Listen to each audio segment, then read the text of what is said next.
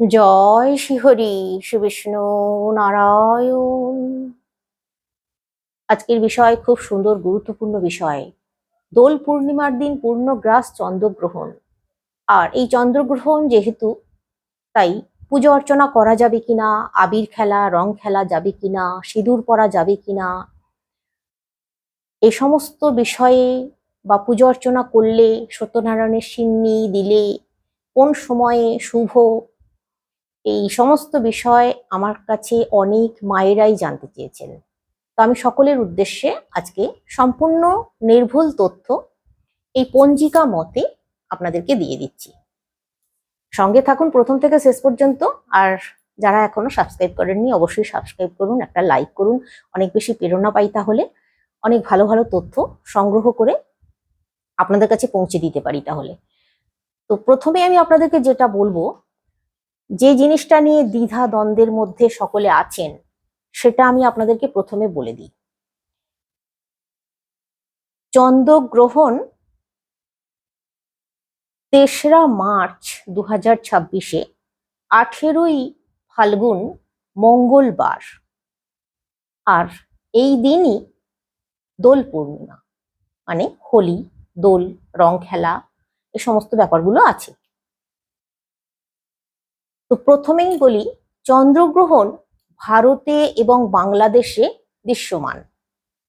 Australia আর উত্তর আমেরিকার বহু দেশে দৃশ্যমান, মানে দেখা যাবে পূর্ণগ্রাস। এবার সময়টা বলে দিই চন্দ্রগ্রহণের, তাহলে আপনারা খুব ভালোভাবে বুঝে নিতে পারবেন যে কোন সময়টা আপনারা কি করবেন। সময়টা হচ্ছে দুপুর ৩:২০ থেকে শুরু হচ্ছে চন্দ্রগ্রহণ, মানে চন্দ্রগ্রহণ লাগছে ৩:২০। আর পূর্ণগ্রাস শুরু হচ্ছে, মানে চাঁদ সম্পূর্ণভাবে পূর্ণগ্রাস হয়ে যাচ্ছে, অন্ধকার হয়ে যাবে, সেই সময়টা হচ্ছে বিকেল ৪:৩৪ থেকে ৫:৩৩ পর্যন্ত। ৪:৩৪ থেকে ৫:৩৩ পর্যন্ত সন্ধ্যা, মঙ্গলবার। তো গ্রহণ ৩ ঘন্টা ৪৮ মিনিট ধরে গ্রহণ চলবে, আর পূর্ণগ্রাস যেটা সেটা ৫৯ মিনিট। এই হচ্ছে গ্রহণ। তাহলে আপনারা গ্রহণ যেহেতু বিকেল ৩:২০ থেকে শুরু হচ্ছে, তার আগে আপনারা সকালের দিকে, মানে গ্রহণের অন্তত ১ ঘন্টা আগে পুজো করে নিতে পারবেন। মানে সকাল থেকে যদি শুরু করে দেন পুজো করা, গ্রহণের আগেই শেষ হয়ে যাবে। যারা নিত্য পুজো অর্চনা করবেন তারাও গ্রহণের আগে ১ ঘন্টা আগে পুজো অর্চনা সেরে নেবেন। আর গ্রহণ চলাকালীন যে কাজগুলো করা যাবে না সেগুলো বলে দিচ্ছি, সঙ্গে থাকুন। রং খেলা, আবির খেলা আপনারা ওই ৩:২০ আগে শেষ করে নেবেন।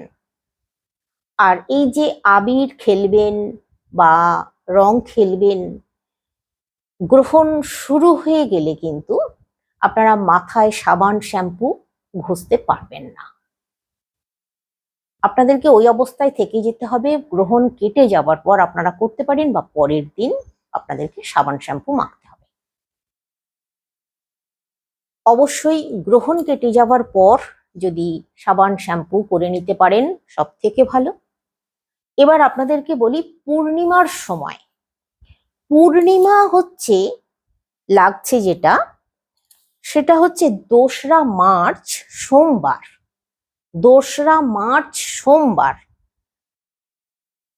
সন্ধ্যা ৫:৪৪ থেকে ৩রা মার্চ মঙ্গলবার ৫:৫৯ পর্যন্ত পূর্ণিমা থাকছে।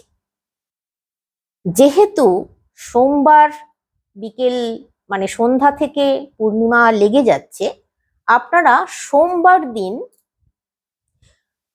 পূর্ণিমা লেগে যাওয়ার পর সন্ধ্যা ৭টা ৭:৩০-র মধ্যেও যদি মনে করেন যে সত্যনারায়ণের সিন্নি দেবেন, দিয়ে নিতে পারবেন। অথবা পরের দিন মঙ্গলবার ওই গ্রহণ লেগে যাবার আগে আপনারা পূর্ণিমার পুজো বা সত্যনারায়ণের পুজো দিতে পারবেন, কিন্তু গ্রহণ লেগে যাবার আগেই পুজো কমপ্লিট করে নিতে হবে, অন্তত 1 ঘন্টা আগে। এই বিশেষ সম্পূর্ণ তথ্যটা আমি আপনাদেরকে সংগ্রহ করে দিচ্ছি। আপনারা এইভাবে চলুন, আপনাদের কোনো ক্ষতি বা কোনো দোষ লাগবে না। কিন্তু মনে রাখুন, অন্ততপক্ষে গ্রহণ লাগার 1 ঘন্টা আগে আপনাদেরকে পুজো অর্চনা বলুন, আবির খেলা, রং খেলা বলুন, শেষ করে নিতে হবে। তো এটা গেল সম্পূর্ণ তথ্য। এবার আপনাদেরকে বলি যে গ্রহণ চলাকালীন বা এই গ্রহণের দিন যেহেতু সূতক সময় আগে থেকে শুরু হয়ে যায়, তাই অনেকেই আমাকে জিজ্ঞাসা করেছেন যে সিঁদুর পরা যায় কিনা। দেখুন, সিঁদুর পরতে কোনো অসুবিধা নেই, আপনারা সিঁদুর পরতে পারবেন, কোনো অসুবিধা নেই, পুজো অর্চনাও করুন, কোনো অসুবিধা নেই। এবার গ্রহণের সময় যে কাজগুলো করবেন না সেই বিষয়ে বলে দিই। গ্রহণের সময় আপনারা যেহেতু পূর্ণ গ্রাস, তাই আপনাদের ঘরের জানলা দরজা বন্ধ রাখবেন, বাড়ির বাইরে থাকবেন না, রাস্তাঘাটে কোনো খাবার কিনে খাবেন না। যদি আপনারা ওই দিন অফিস বা ব্যবসার কাজে গিয়ে থাকেন তাহলে সেই স্থানেই থাকবেন, সেইখান থেকে বেরিয়ে কোনো খাবার খাবেন না, চা খাবেন না, বা অফিসের ক্যান্টিনেও কোনো খাবার খাবেন না, ভেতরেই থাকবেন। এবার আপনাদেরকে বলি, যারা আমার গর্ভবতী মায়েরা আছেন তারা অবশ্যই খুব মানে নিয়মের সঙ্গে এই পূর্ণগ্রাস চন্দ্রগ্রহণ বা এই দোলের দিনটা মেনে চলুন। আপনারা ভুল করেও আবির বা রং খেলবেন না, একেবারেই না। খাবার গ্রহণের আগে খেয়ে নেবেন যা খাবেন, এমনকি আপনার বাথরুম পায়খানা মানে প্রস্রাব পায়খানা সমস্ত কিছু গ্রহণের আগে সেরে নিন। গ্রহণের সময় যদি প্রস্রাব পায়খানা লাগে তাহলে ঘরের ভেতরে যে বাথরুম পায়খানা আছে সেখানে যাবেন, বাড়ির বাইরে দরজা খুলে ব্যবহার করবেন না। এই দিন আপনারা ভুলেও বঁটি কাঠারি নিয়ে কাজ করবেন না, কাঁচি ছুঁচসুতো নিয়ে কাজ করবেন না। এমনকি শুধু গর্ভবতী মায়েরা কেন, প্রত্যেকের উদ্দেশ্যেই এটা বলা আছে শাস্ত্রমতে যে গ্রহণের সময় যেন রক্তপাত না হয়, তাই গ্রহণের সময় ভুলেও বঁটি কাঠারি দিয়ে কোনো কাজ করা উচিত নয়, এমনকি ছুঁচ দিয়েও কোনো কাজ করা উচিত নয়। হাতে ছুঁচ ফুটে গেলেও রক্তক্ষরণ হয়ে যেতে পারে, তাই জন্য অবশ্যই এটা মেনে চলা উচিত। আর রক্তক্ষরণ হয়ে যাওয়া মানে ভীষণভাবে আপনি গ্রহ দোষে পড়ে যাবেন, ভীষণভাবে আপনার জীবনের উন্নতিতে বাধা চলে আসবে। তারপর শরীরের মধ্যেও অনেক রকমের জীবাণু যেগুলো বাতাসে ঘুরছে সেগুলো প্রবেশ করে যাবে, এটা বিজ্ঞান বলছে। শরীরের মধ্যে জীবাণু প্রবেশ করে যাবে, আপনাদের শরীর খারাপ হতেই থাকবে, সারা বছর দেখবেন ভুগছেন। তাই এই নিয়মগুলো অবশ্যই প্রত্যেকেই মেনে চলবেন। আর গর্ভবতী মায়েরা তো অবশ্যই মেনে চলবেন। গর্ভবতী আমার মায়েরা যারা বাইরে কাজকর্ম করেন তারা এই দিন কাজকর্মে যাবেন না, বাড়িতেই থাকুন, একদিন ছুটি নিয়ে নিন, কোনো অসুবিধা নেই। আর অবশ্যই এই পূর্ণিমা, ভরা পূর্ণিমা আবার গ্রহণ, মানে ভরা পূর্ণিমার মধ্যে গ্রহণ, যে পূর্ণিমা ছুঁয়েছে গ্রহণ লেগেছে এমনটা নয়, ভরা পূর্ণিমার মধ্যে যেহেতু গ্রহণ, আপনারা অবশ্যই এই দিন আমিষ জাতীয় কোনো জিনিস খাবেন না, কোনো আমিষ জাতীয় জিনিস খাবেন না। যদি ভাতও না খেয়ে থাকতে পারেন অবশ্যই ভাত না খেয়ে অন্য খাবার খেয়ে থাকুন, আটা ময়দা খেয়ে থাকুন, ফল খেয়ে থাকুন, খুব ভালো জানবেন। অবশ্যই আমার গর্ভবতী মায়েদের উদ্দেশ্যে আরো একটি কথা বলে দিই, এই পূর্ণিমা দিন, চন্দ্রগ্রহণের দিন আপনারা অবশ্যই বাড়ির মধ্যে থেকে ভগবান শ্রীহরি নারায়ণের নাম জপ করবেন। দেখবেন আপনার সন্তান, গর্ভের সন্তান খুব বলিষ্ঠ হবে। আপনার সন্তান আপনার মনের মতো হবে। সারা দিন যদি পারেন শুধুমাত্র ভগবান নারায়ণের নাম জপ করে যাবেন। এবার আপনাদের যে বিষয়টা বলবো, এই দোল পূর্ণিমা বা চন্দ্রগ্রহণ যেহেতু আছে, আপনারা খাবার দাবার যেগুলো রান্না করবেন সেগুলো যদি ফ্রিজেও রেখে দেন তাহলেও কিন্তু সেখানে একটু তুলসী পাতা দিয়ে রাখবেন। বা যাদের ফ্রিজ নেই, বাড়িতে এমনি রান্না বান্না করেছেন, যা খেলেন, যেটা রয়ে গেল তাতে একটু করে তুলসী পাতা দিয়ে রাখবেন। তুলসী পাতা অবশ্যই আগে ধুয়ে নেবেন, সেই ধোয়া তুলসী পাতা ওই খাবারের মধ্যে দিয়ে রাখুন। আমিষ জাতীয় খাবার হলে তাতে দেবেন না যেন ভুলেও। নিরামিষ খাবার, সেই জন্যই বলছি এই দিন প্রত্যেকের উদ্দেশ্যে সম্পূর্ণ নিরামিষ খাবার গ্রহণ করুন। আর নিরামিষ খাবারে অবশ্যই তুলসী পাতা দিয়ে রাখুন। এই চন্দ্রগ্রহণ বা এই যে পূর্ণিমা, দোল পূর্ণিমা, যেহেতু পূর্ণ গ্রাস চন্দ্রগ্রহণ ভারতের দৃশ্য, তাই আপনারা অবশ্যই এই দিন নখ চুল দাড়ি কাটবেন না, সাবান শ্যাম্পু মাথায় ঘষবেন না, জামা কাপড় কাচাকাচি করবেন না। চন্দ্রগ্রহণ কেটে যাবার পর আপনারা এই সমস্ত কাজ অবশ্যই করবেন। চন্দ্রগ্রহণ কেটে যাবার পর আপনারা অবশ্যই হাত পা মুখ খুব ভালো করে ধুয়ে নেবেন, চোখে মুখে জল দিয়ে। হাতে পায়ে সাবানও দিয়ে নিতে পারেন, সব থেকে ভালো। বা স্যানিটাইজার স্প্রে করে নিতে পারেন, খুব ভালো। আপনাদেরকে এই চন্দ্রগ্রহণের দিন একটি বিশেষ উপায়ের কথা বলে দিই, যেটা হচ্ছে খুব ভালো মোক্ষম একটি উপায়, নুনের টোটকা।